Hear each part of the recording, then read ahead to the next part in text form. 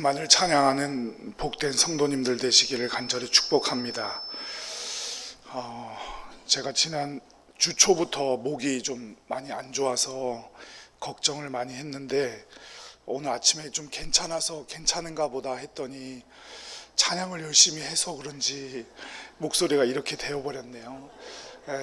깨꼬리와 같은 제 목소리를 들으시기 위해 오신 분들, 또 깨꼬리와 같은 목소리로 말씀을 전해야 되는데 이렇게 돼서 너무 죄송하고 오늘 말씀에 더 큰 은혜가 있으시기를 간절히 축복합니다. 오늘 주보에 보시면 주현후 제1주라고 되어 있고 1월 6일 어저께가 주현절입니다. 주현절은 예수님께서 세례 받으신 날을 기념하고 또 하늘이 열리며 이는 내 사랑하는 아들이라 라고 말씀하신 그 하나님의 말씀을 통해 예수님께서 이 땅에 드러나신 것을 기념하는 절기가 주현절입니다. 이 주현절 절기가 어디까지 진행되냐면 우리가 부활절 전 40일을 사순절이라고 하죠.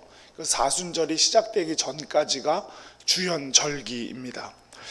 그래서 오늘 본문은 예수님의 오심과 세례를 준비한 한 사람의 이야기를 통해서 우리의 신앙을 들여다보면서 은혜 받는 시간이 되기를 간절히 축복합니다. 세상에 어디에 가도 세 사람만 모이면 사람들을 이렇게 구분할 수 있습니다. 없어야만 했던 사람, 있으나 마나한 사람, 꼭 필요한 사람. 선한 사마리아인의 비유를 통해서 나누어 보자면 필요 없는 사람은 강도고 있으나 마나한 사람은 강도 만난 사람을 본체 만체한 제사장과 레인이고 그리고 꼭 필요한 사람은 선한 사마리아인 이렇게 구분할 수가 있겠죠. 오늘 본문의 주인공인 세례 요한은 주님의 역사를 위해서 꼭 필요했던 그 한 사람이었습니다. 예수님은 세례 요한에 대해서 여자가 낳은 사람 중에서 가장 위대한 사람이다 라고 말씀하셨는데 이 자리에 계신 분들 중에 엄마 뱃속에서 나오지 않은 분은 아무도 없죠. 그죠? 복제 인간이거나 이러신 분은 없잖아요. 그죠? 그렇다면 어떠한 사람들보다도 위대한 사람이다. 예수님께서 그 세례 요한을 얼마나 높이 평가하고 있는지를 우리는 알 수가 있습니다. 세례 요한은 예수님보다 앞서 태어나서 예수님을 증거했던 사람이고 구약과 신약을 이어주는 징검다리와 같은 역할을 했던 사람입니다. 게다가 그는 예수님과 마찬가지로 하나님의 언약으로 계획된 사람이고 그 계획을 그대로 순종한 사람입니다. 2절에서 4절 말씀에 보면 이사야 시대에서부터 세례 요한의 존재가 예언되고 있는 것을 우리는 볼 수가 있습니다. 세례 요한은 바로 하나님께서 말씀하신 대로 옛 시대가 가고 새로운 시대를 열어주실 예수 그리스도를 전하고 예수 그리스도를 처음 증언했던 바로 그 한 사람이었습니다. 하나님의 역사를 위해 꼭 필요했던 사람. 세례 요한이야말로 우리 그리스도인들의 진정한 모델이라고 볼 수 있습니다. 그렇다면 우리가 어떤 점을 세례 요한에게 배울 수가 있을까요? 첫째는 세례 요한은 자신의 사명을 분명히 알고 있었던 사람이라는 것입니다. 자기가 무엇 때문에 이 땅에 태어났고 무엇 때문에 이 땅을 살고 있으며 무엇 때문에 주님께서 자신에게 은혜를 베풀어 주시고 복을 내려 주시는지를 정확히 알고 있었던 사람이 바로 세례 요한입니다. 세례 요한에게 맡겨진 사명이 무엇이었습니까? 예수 그리스도를 알리는 것이었습니다. 마가복음 1장 1절 말씀 함께 읽어보죠. 하나님의 아들 예수 그리스도의 복음의 시작이라. 다시 한번요. 하나님의 아들 예수 그리스도의 복음의 시작이라. 마가복음의 시작은 이렇게 시작합니다. 새로운 역사의 시작을 성경은 이렇게 기록하고 있는 거예요.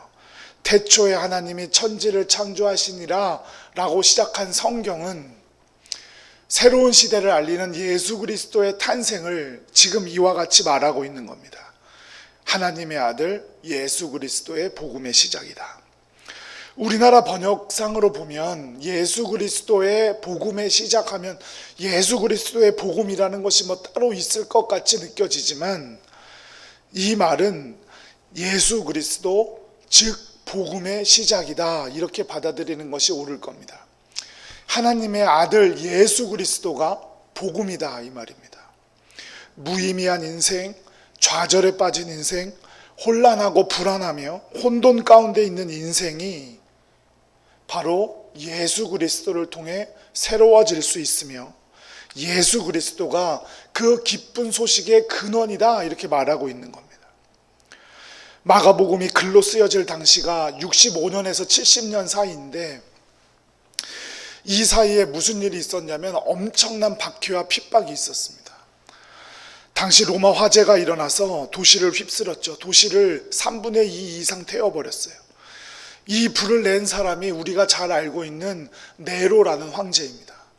그런데 이 네로라는 황제가 자신에게 쏟아지는 비난의 화살을 피하기 위해서 희생양을 삼았는데, 바로 그리스도인들을 희생양으로 삼은 거예요. 그래서 그리스도인들이 온 도시에 불을 질렀다, 이렇게 소문을 내고 다닌 겁니다. 그래서 어떻게 했습니까? 많은 그리스도인들이 로마의 방화여비로 잡혀가고 체포되고 처형됐습니다. 뜨거운 물에 산채로 삶아지기도 했고요, 뜨거운 기름물에 튀겨지기도 했고요, 온 몸에 콜타르를 발라서 밤에 가로등 대신으로 쓰기도 했습니다. 짐승에게 먹혀지기도 했고요. 그래서 살아남은 그리스도인들이 로마 제국의 전 지역에서 깊은 동굴로 숨어들거나 로마 제국의 다스림이 닿지 못하는 시골로 숨어 들어갔어요. 이런 배경에서 제일 먼저 쓰여진 복음서인 마가복음에서 이렇게 말하는 겁니다. 그런 시대와 박해와 핍박과 어려움 속에서도 우리에게 기쁜 소식은 오직 누구밖에 없다? 예수님밖에 없다. 그런 시대이지만 우리에게 소망을 줄 수 있는 분은 누구밖에 없다? 예수님밖에 없다. 우리를 기쁘게 할 수 있는 것은 예수 그리스도밖에 없고, 이런 말도 안 되는 박해와 상황을 이기게 하시는 분도 예수 그리스도뿐이다. 그 사실을 미리 앞서 예수님보다 와서 전했던 사람이 바로 세례 요한인 것입니다. 예수 그리스도 하나님의 아들 구세주라는 헬라어를 앞 글자만 따서 단어를 만들면 물고기라는 단어가 됩니다.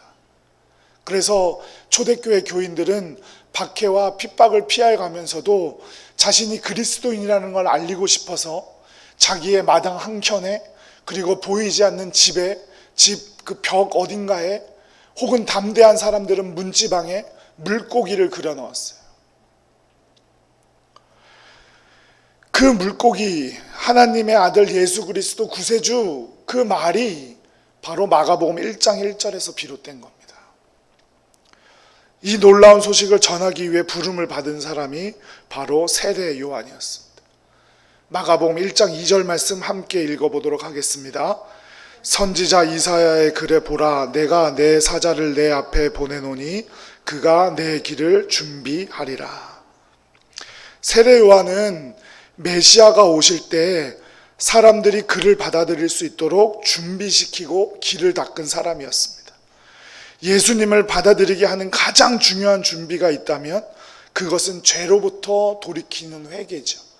그래서 세례 요한은 어떤 세례를 베풀었다고 성경은 말하고 있습니까? 회개의 세례를 베풀었다, 이렇게 기록하고 있습니다. 그 놀라운 기쁨의 소식을 세례 요한에게 맡기셨고, 세례 요한은 그 사명을 누구보다 잘 알고 있었던 사람입니다.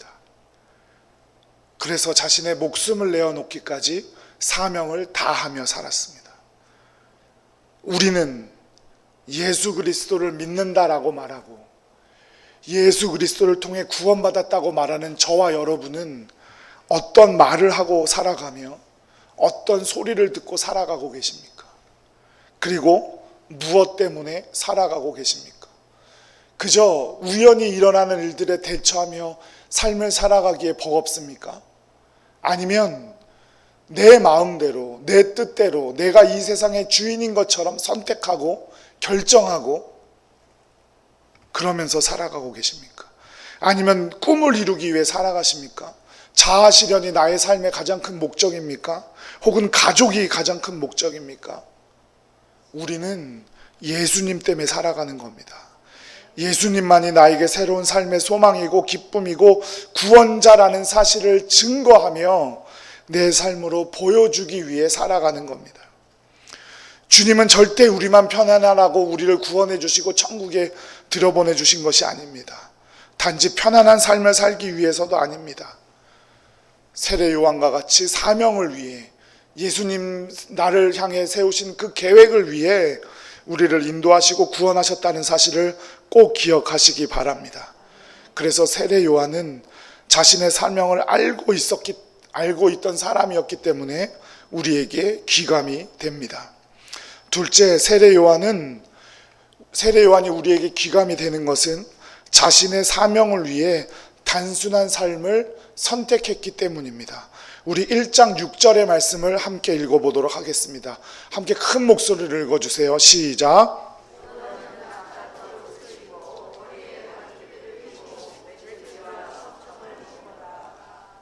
아멘. 낙타토롯은 우리가 지금 입고 있는 밍크 코트를 말하는 게 아니에요. 그렇다고 이 사람이 기이한 행동을 하고 있는 것도 아니에요. 그 당시 가난한 서민들이 입고 있던 옷이 바로 낙타토롯이었어요. 우리는 가죽, 밍크, 털옷 이런 게 더 비싸지만 지금은 그 당시에는 그런 동물의 가죽 옷보다 사람이 손으로 짠 직물이 더 비쌌거든요. 이해가 되시죠? 그러니까 이건 낙타토롯이라고 해서 세례 요한이 기행을 벌이고 있는 게 아니에요. 그냥 일반 사람들이 입던 옷을 입었다 이 말이에요. 또 허리띠를 가죽으로 된 것을 둘렀다 이렇게 했어요. 당시 사람들의 자신의 부와 명예를 상징하기 위해서 허리띠에 온갖 장신구를 박아 놓는 거예요. 보석들을 박아 놓고. 그런데 일반 서민은 가진 게 없으니까 뭘로 허리를 두릅니까? 그냥 가죽띠를 둘렀어요. 메뚜기를 먹었어요. 메뚜기는 당시 가난한 사람들이 즐겨 먹던 단백질 보충원이에요. 우리가 지금 먹는 단백질 쉐이크 같은 거예요. 또 석청은 야생의 꿀이죠. 영양식, 가난한 사람들이 먹을 수 있는 유일한 영양식이에요. 그러니까 이 말은 1장 6절의 이 말은 요한이 기행을 벌이는 사람과 같았다라는 의미가 아니에요. 그렇다고 일부러 가난한 삶을 살았다는 말도 아니에요. 그냥 서민과 같은 삶을 살았다 이 말이에요. 세례 요한은 사명을 위해서 가장 단순한 삶을 살았다 이 말이에요. 가장 일반적인 삶을 살았다. 또 세례 요한이 살던 장소는 광야였어요. 광야는 어떤 곳입니까? 모든 것을 스스로 공급받을 수 없고 하나님께서 주셔야만 받을 수 있는 곳, 물을 만들 수 없고 하늘에서 비가 내려야 물을 얻을 수 있는 곳, 하나님을 의지하는 법을 배우는 곳이 광야예요. 그러니까 세례 요한은 자신의 사명을 감당하기 위해서 단순한 삶을 선택했고 또 하나님을 의지하는 법을 배우며 살아갔다 이 말입니다. 우리에게 광야란 어디입니까? 우리에게 광야란 지금 우리가 살고 있는 이 인생이 바로 광야입니다. 왜냐하면 우리의 진짜 시민권은 어디에 있어요? 천국에 있기 때문이에요. 우리는 천국의 시민권을 가지고 이 땅을 나그네와 같이 살아가는 사람들입니다. 히브리서 11장 13절 말씀을 함께 읽어보겠습니다. 이 사람들은 다 믿음을 따라 죽었으며 약속을 받지 못하였으되 그것들을 멀리서 보고 환영하며 또 땅에서는 외국인과 나그네임을 증언하였으니, 우리는 외국인이에요. 이 땅에 살고 있는 것이. 왜요? 우리는 천국 시민권을 가지고 있는 사람들이니까. 또 우리는 나그네예요. 이 땅을 잠시 스쳐가는 거지 이 땅이 우리 삶의 목적이 아니라는 거예요. 우리의 삶의 목적은 어디에 있어요? 천국에 있는 거예요. 그렇기 때문에 우리는 외국인과 나그네로서 이 땅에서 단순한 삶을 살아야 돼요. 거추장스러운 집과 거추장스럽게 나의 분에 넘치는 모든 것들은 오히려 나에게 해가 되고 나에게 불편한 것이 될 뿐이에요. 변화산에서 영광스럽게 변화되신 예수님의 모습을 보고 베드로가 예수님께 이렇게 말했어요. 초막 3개를 짓고 우리 여기서 그냥 삽시다. 저 밑에 산 밑에 내려가 봐야 말 안 듣는 애들밖에 없고 우리한테 뭐 뺏어 먹을 거 없나 쫓아다니는 사람들밖에 없는데 힘들게 그렇게 살지 말고 여기서 영광스럽게 이렇게 변화된 모습으로 초막세계를 짓고 삽시다 라고 예수님께 말했을 때 예수님께서 베드로에게 뭐라고 하셨습니까? 사탄아 내 뒤로 물러가라 이렇게 말씀하셨어요. 우리에게 거추장스러운 것들, 우리에게 사치가 되는 것들, 그런 것들을 챙기라는 말이 아니에요. 또 지금 여러분의 집이나 재산을 다 버리고 저 산으로 올라가서 노숙하라는 말도 아니에요. 사명을 위해 거추장스러운 것들을 포기할 줄 아는 삶을 말하는 거예요. 사명을 지키기 위해서라면 버릴 줄도 아는 삶을 말하는 거예요. 예를 들면 여러분 주변에 너무 많은 모임들이 있지 않으세요? 개, 동창회, 뭐 어떤 모임들, 뭐 전 직장, 전 직장, 그런 모임들 때문에 우리가 주님 예배하고 주님 믿는 삶, 말씀에 집중하는 삶 너무 많이 방해받지는 않으세요? 그 모임들에 나가지 않으면 내 삶이 크게 망가질 거라고 착각하며 살아가진 않습니까? 과감히 버릴 수 있어야 합니다. 우리에게 중요한 것은 사명이고 주님을 믿는 삶이라는 사실을 꼭 기억하시기 바랍니다. 혹은 너무 많은 물질이나 혹은 물질을 향한 탐욕 때문에 믿음에 방해가 되진 않습니까? 나그네에게는 단순한 삶만이 있을 뿐이에요. 그래서 예수님께서 제자들에게 기도를 가르쳐 주시면서 무엇을 위해서 기도하라고 가르치셨어요? 10년 동안, 앞으로 10년 동안, 앞으로 나 죽을 동안 평생 쓰고도 남을 돈을 위해서 기도하라고 하셨습니까? 그렇지 않아요. 일용할 양식을 위해 기도하라고 말씀하셨어요. 오늘 하루 먹을 것이 있다면 그것에 감사하고 단순하게 살아가는 삶이 필요하다는 거예요. 그것을 사명 때문에 그런 삶도, 그 단순한 삶도 받아들이고 예수님 때문에 포기할 수 있는 건 포기할 수 있는 삶이 우리의 그리스도인의 삶이라고 예수님께서는 말씀하고 계신 거고, 세례 요한은 그렇기 때문에 우리에게 귀감이 된다는 사실을 꼭 기억하시기 바랍니다. 세 번째, 세례 요한이 모든 그리스도인들의 모범이 된 것은 세례 요한이 철저히 낮아지는 삶을 살았기 때문입니다. 우리 마가복음 1장 7절 말씀 함께 읽어보도록 하겠습니다. 그가 전파하여 이르되 나보다 능력 많으시니가 내 뒤에 오시나니 나는 굽혀 그의 신발끈을 풀기도 감당하지 못하겠노라. 요한복음에 보면 세례 요한은 이런 말도 난 거예요. 그는 흥하여야 하겠고 나는 어떻게 해요? 쇠하여야 하리라. 인기 없는 사람들의 입에서 이런 말이 나왔다면 뭐 당연한 거라고 받아들일 수가 있지만 세례 요한은 당시 인기가 엄청 많던 사람이에요. 학자들이 세례 요한이 활동한 연수, 또 사람들의 이동 경로들 뭐 이런 걸 다 찾아가지고 세례 요한에게 세례받은 사람이 약 30만 명 정도 될 거라고 생각을 해요. 30만 명은커녕 3천 명이라도 저한테 세례를 받은 사람이 있다면 놀랄 노자가 되겠죠. 그런 사람이 예수님께서 등장하자 자신의 역할은 이제 다 했고 나는 쇠하여야 되겠다. 하지만 그가 흥하여야 되겠다라고 말하고 있는 거예요. 그리고 자신의 제자들에게까지 예수 그리스도가 진짜 기쁨이라고 그에게 가라고 말씀하실 정도였어요. 자신이 있어야 할 자리를 분명히 알았고 예수 그리스도를 높여야 한다는 사실을 분명히 알았던 사람이 바로 세례 요한입니다. 어떠한 경우에도 그리스도인들은 예수님보다 높아지려고 해서는 안 됩니다. 예수님보다 앞서가려고 해서도 안 돼요.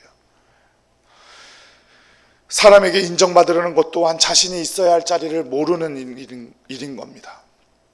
2차 세계대전 때 나치의 핍박 속에서 살아남아서 감동적인 간증으로 세계의 여러 사람들을 울리고 복음을 전했던 네덜란드의 코리 텐 붐이라는 여사가 있어요. 코리 텐 붐이에요, 이름이. 이분이 유럽 곳곳에 2차 세계대전 이후에 유럽 곳곳마다 교회에 가서 말씀을 전하고 자신의 간증을 했을 때 놀라운 부흥들이 일어났어요.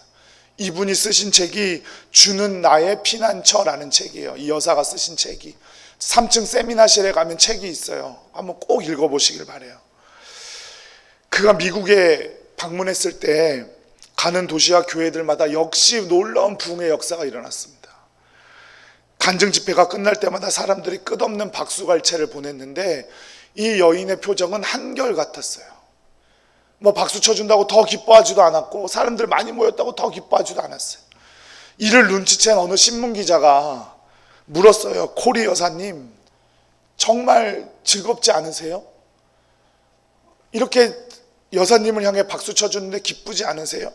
그랬더니 이 여사가 뭐라고 말했냐면, 나귀가 착각해서는 안 됩니다, 이렇게 말했다는 거예요. 나귀 하면 언제 나귀가 떠오르세요? 예수님 예루살렘에 입성하실 때 종료주일에 탔던 나귀. 그 나귀가 예수님을 향해 보내는 찬양과 경배와 갈채를 자기에게 하는 거라고 착각했다고 생각해 보세요. 얼마나 웃긴 광경이 일어났겠어요. 우리도 마찬가지예요.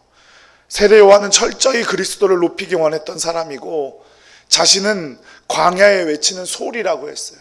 소리는 메시지가 전달되면 살아남아요, 안 살아남아요? 없어지죠. 그 메시지가 전달되면 소리는 사라져 버리는 거예요. 그게 바로 자신의 위치라고 판단을 했던 거예요. 교회 안에서 많은 분란이 일어날 때도 있어요. 목사나 성도들이 교회 안에서 분란을 일으키고 문제를 일으키기도 해요. 왜 그래요? 예수님을 향한 박수와 갈채를 자기 거라고 착각하기 때문이에요. 저와 여러분은 나귀일 뿐이에요. 나귀라도 되면 다행이에요. 예수님을 향한 박수를 내가 가로채려고 해서는 안 돼요. 사람들에게 인정받는 것, 사람들에게 평가받는 것, 그런 것들 다 즐겨하는 것들, 다 그 박수를, 예수님을 향한 박수와 갈채를 가로채는 이름을 꼭 기억하시기 바라요. 세례 요한은 결국 헤롯 대왕에게 목이 잘려 죽게 됩니다. 그렇게 자기가 죽기까지 자신의 자리를 지키기를 원했고 자신의 사명을 잊지 않았던 사람이 바로 세례 요한입니다. 우리가 낮아질 때 예수님은 우리를 높여주실 줄로 믿습니다. 우리가 복음을 위해 약해지고 어려움을 겪을 때 예수님은 우리를 강하게 하시고 우리를 건져주실 줄로 믿습니다. 내 스스로 강해지고 높아지려고 해보았자 결국은 낮아지고 부끄러움을 당하는 지경에 이르게 돼요. 그래서 예수님께서 잔치자리에 가서는 어느 자리에 앉으라 그러셨어요? 상석에 앉으라 그랬어요? 말석에 앉으라 그랬어요? 말석에 앉으라 그랬어요. 이거는 뭐 자리의 문제가 아니에요. 누군가와 대화를 하고 의견을 나누는 중에도 내 의견을 묻어두고 남의 의견을 먼저 들어주고, 주장하고 주장할 것이 있다 하더라도, 누가 맞냐 그러냐를 따지다고 하더라도, 내가 아무리 맞다고 하더라도 그것을 강하게 주장하지 말라는 의미와 같아요. 그러면 결국 내 의견이 맞았다는 것을 누가 알아요? 사람들이 알아요. 그러면 우리는 어떻게 돼요? 높임을 받아요. 하지만 내가 맞다고 주장하는데 그래서 그것이 채택됐는데 결국 어떻게 돼요? 그게 틀렸어. 그럼 어떻게 돼요? 망신당하는 거예요. 세상에 제 아무리 강한 권력도 용도가 다해지면 패해지는 거고 권력은 사라지는 거예요. 그래서 정승집에 뭐가 죽으면, 개가 죽으면 그 장례 문상객들이 어떻게 돼요? 넘친다고 하잖아요. 근데 정승이 죽으면 문상객이 있다고요? 없다고요? 없대요. 세상의 권력이란 것이 그런 거예요. 그러니 우리는 하나님이 주시는 명예, 하나님이 주시는 권력을 쫓아 살아가야 하는 사람들임을 꼭 기억하시기 바랍니다. 사랑하는 여러분, 우리가 이 땅에 살고 있는 이유가 분명히 있어요. 반드시 있습니다. 그건 우연도 아니고 내 계획도 아니고 하나님의 역사하심이고 하나님의 계획이신 줄로 믿습니다. 그러니 우리가 하나님의 영광을 위해 살아가야 할 줄로 믿습니다. 그 사명을 위해 나그네와 같은 단순한 삶도 감수해야 되고 이 땅에서 낮아지는 삶도 감내해야 됩니다. 그럴 때 주님께서는 우리를 하나님 나라에서 부유케 해주시고 우리를 예수 그리스도의 보좌에 앉혀주실 줄로 믿습니다. 이 사실을 우리에게 명확히 보여주고 있는 세례 요한의 뒤를 따라 복음의 시작이고 복음의 모든 것이 되시는 예수님만을 높이는 바로 그 한 사람, 바로 그 사람 여러분들 되시기를 간절히 축복합니다. 기도하겠습니다.